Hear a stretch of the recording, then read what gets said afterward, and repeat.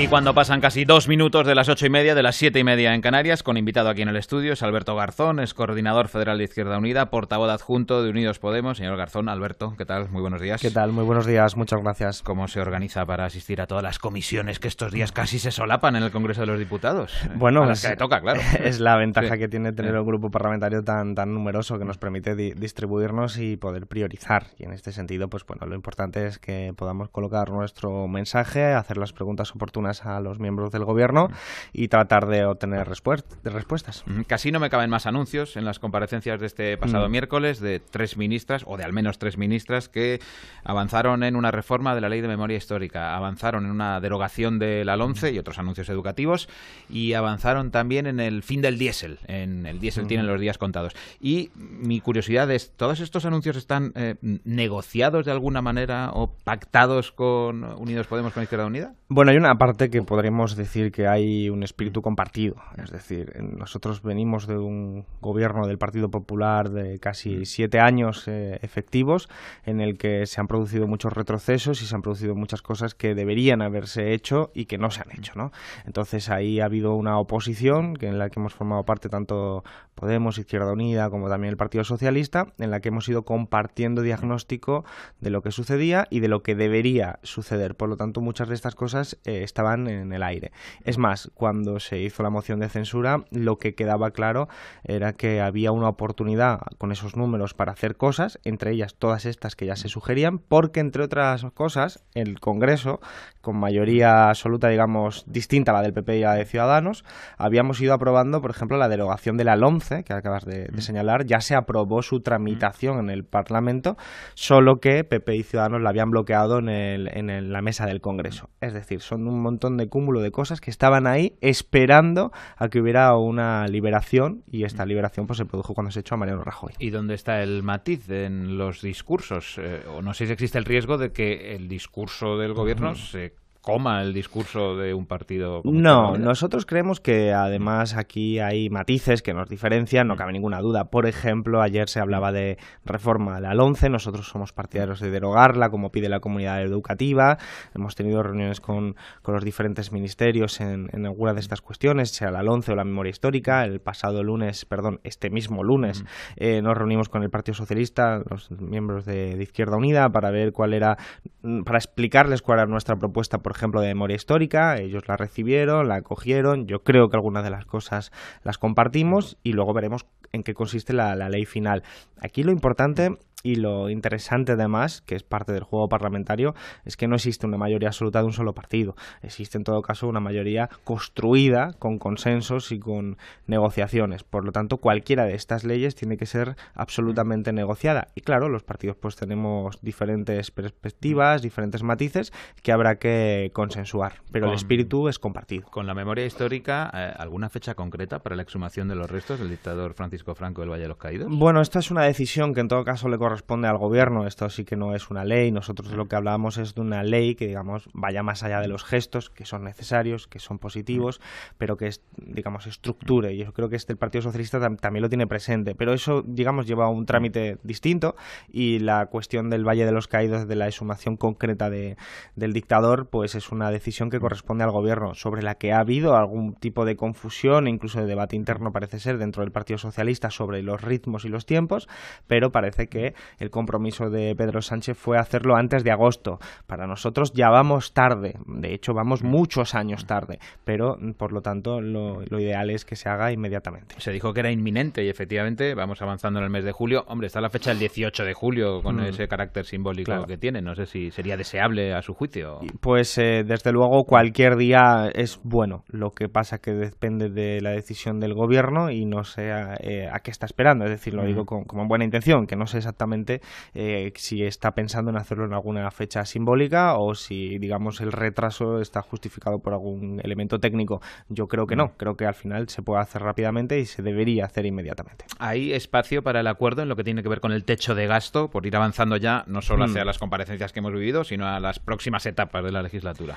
Bueno, el techo de gasto es un elemento fundamental para entender sobre todo los presupuestos. Los presupuestos que van a venir en septiembre, en octubre, son los presupuestos que definirán cómo va a ser la política en el próximo año, para el próximo curso, y eso es lo fundamental. Y claro, antes va el techo de gasto, que debería debatirse y votarse a lo largo de este mes, pero tiene una complicación adicional, y es que el techo de gasto pertenece, digamos, a un ámbito, al de una ley de la estabilidad presupuestaria y sostenibilidad financiera, que necesita que sus objetivos de déficit, que es lo que nosotros comúnmente y coloquialmente llamamos techo de gasto, sean aprobados en Congreso y en Senado. Eso significa que el Partido Socialista necesita obligatoriamente el apoyo favorable del Partido Popular. Y esta es una ley especial porque no puedes ignorar al Senado como se hacen otras veces en las que el Senado te tumba, por ejemplo el caso de Televisión Española, llega al Congreso y lo puedes otra vez imponer. No, en el caso del techo de gasto el Senado es una condición absolutamente necesaria. Por lo tanto, en todo el proceso del techo de gasto, para que exista, para que finalmente se apruebe, necesita el concurso del Partido Popular, y eso nos hace pensar que el Partido Socialista pues va a tener que modular y negociarlo con un partido como el Partido Popular, que es absolutamente partidario de consolidar la senda de recortes. Pero cabe la posibilidad de que se estuviera de acuerdo con unos en el Congreso y con otros en el Senado. Es muy extraño, muy exótico, ¿no? Sería muy extraño porque lógicamente el Partido Popular, aprobándole el techo de gasto en el Senado, tendría lógicamente que apoyarle en el Congreso, y con esos votos ya sería suficiente. Digamos que lo que estamos diciendo es que el voto de nuestro espacio político, el de Unidos Podemos, el de Izquierda Unida Podemos, no es en este caso concreto necesario. ¿Y han asumido ser prescindibles en ese voto?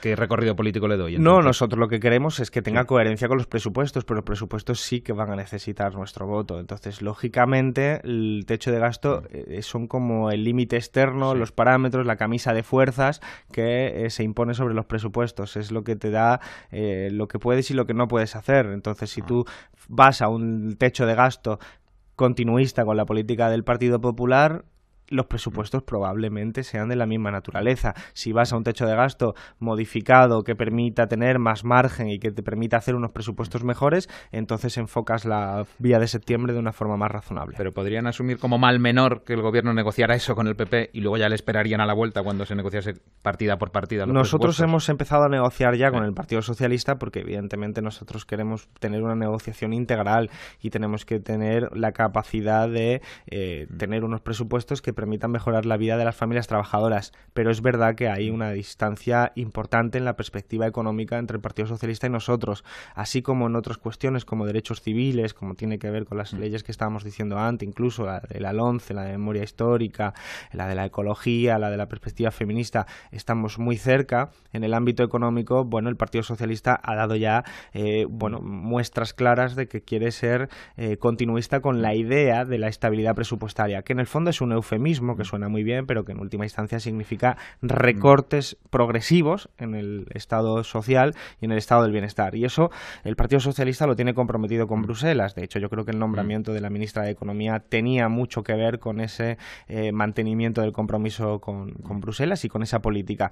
Puede introducir matices que les diferencia del Partido Popular, no cabe ninguna duda, pero en este ámbito de la economía, desgraciadamente, todavía estamos lejos de compartir un proyecto. ¿Y con qué impuestos, a su juicio? Algunas de las medidas anunciadas por el gobierno no llevan gasto asociado, por así decirlo, otras, sin embargo, sí, y habría que presupuestarlas. ¿Con qué impuestos, a su juicio? Claro, vamos a ver, aquí la cuestión a la que yo me estoy refiriendo de por qué nos diferencia es porque hace 2 años o hace 3 años el gasto público, la inversión pública, el gasto en sanidad, en educación, en pensiones y todo lo que llamamos Estado social representaba el 42% del Producto Interior Bruto. Es decir, de toda la tarta de la riqueza, el 42% se dedicaba a estas cuestiones que estoy refiriendo, ¿no? De sanidad, educación, pensiones. El proyecto de la Unión Europea que consolidó el Partido Popular y que acordó con el Partido Popular es que para el año 2021 ese porcentaje haya reducido al 39%, es decir, es una minoración. La tarta se puede hacer más grande, pero la parte que corresponde a lo público cada vez es más chica. Y este es el compromiso que mantiene el Partido Socialista. Y esto es lo que tenemos que ver y evaluar. Claro, esta es la que se refiere a gastos. También hay otra que se refiere a ingresos. En ambas estamos muy lejos de la media de la Unión Europea. Es decir, nuestra inversión en educación, sanidad, pensiones, prestaciones sociales está muy por debajo de la media de la Unión Europea, pero también está muy por debajo de la media europea los ingresos públicos público sobre el Producto Interior Bruto. Por lo tanto, sí que hace falta una reforma fiscal. Quizás ahí tengamos más lugares de encuentro con el Partido Socialista, con las limitaciones que existen con estos números parlamentarios, pero desde luego la línea que mantenemos en Izquierda Unida y en el espacio de Unidos Podemos es hay que hacer más progresivo el sistema, que en el fondo es cumplir con la Constitución, con el artículo 31, que dice que tienen que pagar más los que más tienen, y eso significa pues que el peso de los impuestos indirectos que pagamos todos, tanto nosotros como Ana Patricia Botín y como cualquier persona corriente en la calle, deberían reducirse y incrementarse en todo caso los que gravan la riqueza y la renta, para que se cumpla ese artículo 31. Fíjese qué hora es y no hemos hablado de Cataluña todavía, son y 42. ¿Qué puede o debe hacer hoy la mesa del Parlament? Sobrevuela sobre la Cámara catalana la intención, escrita por el juez Llarena, de suspender a 6 diputados. ¿Está en juego la mayoría parlamentaria del independentismo del Parlamento o no? Yo creo que está en juego porque ha habido una persona, el juez Llarena, que siendo juez está haciendo mucha política, cosa que es muy perjudicial tanto para la situación concreta actual como para el propio sistema judicial, porque se ve absolutamente cuestionado. Una persona como Llarena, o un juez como él, que además ha sido ya cuestionado internacionalmente por los juzgados en Berlín y también en Bélgica y probablemente pues siga siendo también incluso en Escocia, ya veremos, desde luego se está luciendo, lo digo en un lenguaje muy coloquial, creo que lo está haciendo verdaderamente mal, rematadamente mal, y creo que está imponiendo una visión ideológica de lo que es un conflicto político y está actuando de una manera que no le debería corresponder al Poder Judicial, y eso tiene muchas consecuencias. Y claro, cuando hay personas que no han sido condenadas, cuando están en prisión provisional sin una sentencia firme y de repente se les niega la posibilidad de ejercer sus derechos como diputados y diputadas, que nos guste o no, seamos independentistas o no, yo por ejemplo no lo soy, pero estas personas han sido votadas por la gente, estas personas son representantes públicos. No puede venir un Poder Judicial y decir sin sentencia, sin ningún tipo de condena, que ya les retira determinadas capacidades. Esto ya había sucedido y ya lo criticamos en su momento cuando se les impidió, por ejemplo, votar en determinadas investiduras, lo cual para mí ya era muy gravoso, pero el hecho de que ahora ya directamente pues se les retire los poderes que tienen, los derechos que tienen de esta manera, a mí me parece un tipo de involucrarse en la política muy peligroso. ¿El Parlamento debería desoír la petición de Llarena? No sé exactamente lo que deberían hacer el Parlamento. Honestamente creo que lo que requiere es un tratamiento jurídico y que lo examinen para ver cuáles son las opciones. Yo hablo en términos políticos, cuestionando esa decisión, cuestionando la base democrática de esa decisión, porque me parece muy grave que un juzgado, y en este caso un juez, pueda retirarle los derechos de esta naturaleza parlamentarios a personas que no están condenadas, que no tienen una sentencia firme y que además esto se sostiene de una forma, pues lógicamente es un juez y lo ha sostenido en determinados autos, pero que en última instancia son interpretaciones que a mi juicio corresponden a una visión reaccionaria, que en este caso todavía no tiene contestación, ya veremos qué contestación existe, pero que en otros casos pues ya incluso, como decía y recordaba, la justicia alemana le ha contestado diciendo que este señor hace interpretaciones conservadoras y reaccionarias de la política. Hoy se elige a un exalto cargo de Esquerra Republicana, a Joan Ridao, como letrado mayor del Parlamento. No sé si le parece ético, estético, bien, mal, regular. Bueno, todos los letrados, todos los jueces, las juezas de nuestro país son personas y por lo tanto tienen ideología, tienen formas de ver la vida y eso no se les puede negar. Lo que se les tiene que pedir es que actúen con la máxima neutralidad posible, con la capacidad interpretativa adecuada a los contextos y adecuada a la letra y al espíritu de la ley, y yo creo que eso es lo que hay que exigírsele, que es lo que no está haciendo, por ejemplo, el juez Llarena, a mi juicio, y no solo el juez Llarena, sino otros jueces, por ejemplo, Carlos Lesmes, el presidente del Tribunal Supremo, y el de Constitucional, y el del Consejo General del Poder Judicial. Es una persona que yo creo que también está en la misma línea, es decir, una interpretación muy sesgada de la ley. ¿Proponen algún cambio o sugieren Bueno, que los la cambios política... tendrán que venir porque el Consejo General del Poder Judicial tiene que ser también renovado, se renueva parcialmente, incluso se está hablando de que debería cambiarse el procedimiento de elección de los miembros, pero al final yo creo que lo importante es primero es diagnosticar bien y hay que constatar que hay personas como estas que acabo de citar que están usando su posición para hacer política, pero una política muy explícita, una política además que muy sesgada hacia la derecha, hacia el espacio conservador y al espacio reaccionario. Y esto no solo es negativo porque afecta a la separación de poderes, sino que además no resuelve un problema político que ha de ser resuelto lógicamente a través del diálogo, la negociación entre fuerzas y organizaciones políticas y no con el mero uso de los jueces. No sé si criticar al judicial ayuda mucho a la separación de poderes, señor Garzón. Bueno, es cuando el judicial se introduce en política de esta manera tan beligerante, lógicamente lo que hay que hacer es hacer un juego de balances y de contrapesos, que es para lo que se supone que existe la separación de poderes, para que los poderes entre sí se puedan seguir, se puedan fiscalizar y se puedan en última instancia controlar mutuamente para que no haya excesos. Cuando hay un exceso del poder judicial sobre la política es absolutamente imperioso y democráticamente necesario que se denuncie. ¿Qué credibilidad le da a las grabaciones que recogen las conversaciones de Corina, la amiga del rey emérito Juan Carlos I, al expresidente de una gran empresa y a un comisario de policía? Pues yo creo que son verosímiles, creo que son además ciertas y creo que además abundan en elementos sobre los que ya existían indicios suficientes. Otra cosa es el origen de la información, que lógicamente parece corresponder a una batalla interna dentro del ámbito de la policía, del comisario Villarejo, etcétera, pero digamos eso pertenece al ámbito de la fuente. En cualquier caso, eso no pone en cuestión lo que es el hecho sustantivo. Y el hecho sustantivo es que hay una familia, la familia de la Casa Real, la familia Borbón, que durante mucho tiempo ha aprovechado su situación privilegiada de inviolabilidad para sus desmanes. Y entre esos desmanes, que nos afectan de forma directa, no solo simbólicamente porque son aparentemente nuestros representantes, sino porque se maneja dinero público, pues esos desmanes incluyen pues el uso de cuentas en paraísos fiscales, el uso de información privilegiada, incluyen también la posibilidad de que haya comisiones a favor de esa familia, la familia Borbón, por gestiones internacionales, por ejemplo, con países como Arabia Saudí. Se habla también de la posibilidad de que el rey de Marruecos hubiera regalado elementos importantes al Borbón, que lo hubiera camuflado por esta vía de los paraísos fiscales. Todo esto que estoy diciendo no es nada nuevo. Hay unos indicios que ya existían y ahora lo que tenemos son pruebas, porque estas declaraciones son prueba. Es la primera vez que tenemos unas declaraciones de una persona que estaba en primera línea, que ha sido un sujeto activo, que reconoce, sin que ella sepa que lo está reconociendo, que esto que todo el mundo ya seguía y sugería desde hace mucho tiempo. Yo, por ejemplo, llevo 5 años denunciando estas cuestiones sobre la Casa Real, pues ahora lo que tenemos son pruebas que apuntan claramente a una implicación muy grave de esta familia. ¿A quién le piden explicaciones desde el arco parlamentario? Esto es curioso porque lo que primero queremos hacer es esclarecer la realidad, cosa que no es nada fácil en este país. Aunque seamos un país que se llama democrático, los diputados elegidos de forma electa, no podemos preguntar sobre cosas de la Casa Real en el Parlamento. Todas las preguntas que desde Izquierda Unida llevamos años haciendo sobre la Casa Real en motivo de transparencia son tumbadas, son tiradas. No se nos responde porque,